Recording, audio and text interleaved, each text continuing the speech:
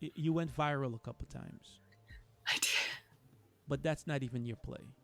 You are a you're not even a teacher. How did you come up That's with the How did you come up with the substitute teacher thing? Because I want to get to the backstory. What is that about? Oh my goodness. Okay, so this is probably one of the most asked questions that I get. So, Maggie is my childhood nickname. As you said, my name is Margaret, and I am not a teacher. I'm actually the daughter of teachers. Both of my parents are PhDs and professors. I work in technology, but oh goodness, kind of a little bit of a winding path. Graduate of Spelman College. I have a chemistry degree. I thought I was going to medical school, but then I realized that's not really what I wanted. That's kind of Mm. what others wanted for me. So, like a lot of people, I got a job out of college in sales that I didn't love. And so, about 6 months into that, I went back to school. I went to graduate school at night. So, I worked during the day and I went to school at night. And then I graduated with an MBA in technology management. And that's what moved me into being a junior business analyst. And then, with time and experience, a business analyst, and now a senior BA.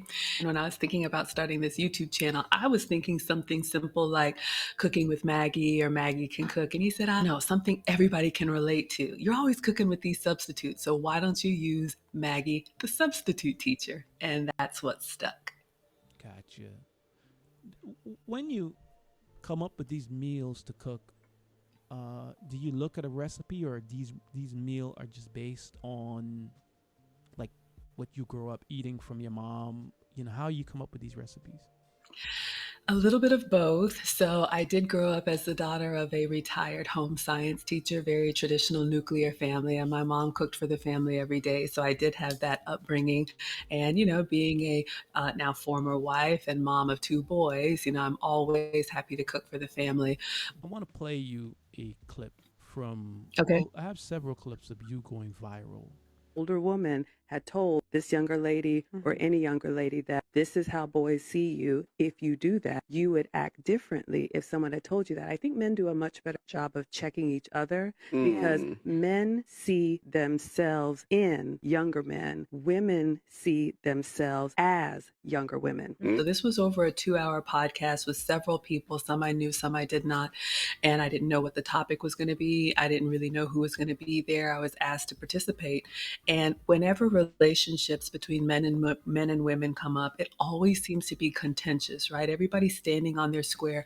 Why is it so difficult? I think Mm. relationships can be beautiful. I don't think it has to be a struggle.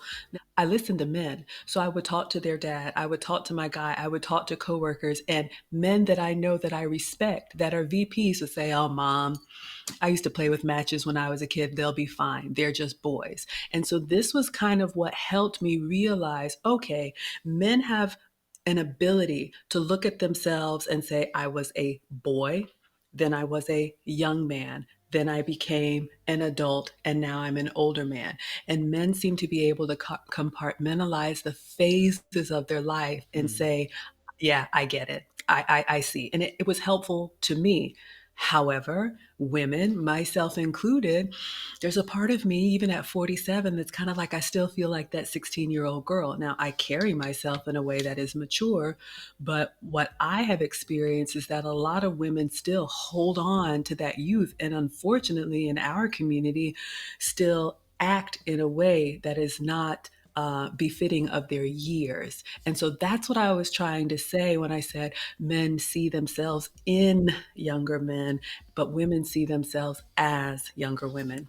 Seven or in your 20s, it's really hard to see your 40s. You think you'll be forever young. You think you'll have that zest, that gusto. I see myself in a lot of these younger women, but you will start to slow down because in your 40s, 60 is right around the corner. And hopefully you've made decisions that make your later years something you look forward to. I don't blame younger women because, like I said, one man could never compete with the world of the internet. But I think it is a little bit short sighted. And I do agree with Melanie. We do have to teach the younger women that tomorrow will come. Men operate that way, that tomorrow is coming. A lot of times women don't until they're there. And Yeah, I mean, we all have regrets in life. That's part of the human experience. But where I am right now in my life at 47, and that's what I was saying in that clip, I'm old enough to have had life experience and wisdom that comes from that, that should come from that. But I'm also young enough to be relatable, so I've been told. So it is an opportunity for me to say, hey, look, I get it. I remember thinking I could do everything that a man could do until I hit the wall 10 years and two kids, later. This is what's coming. The hell you mean, man? What do your ass bring to the table? You got a woman that can come to the table that can make another you.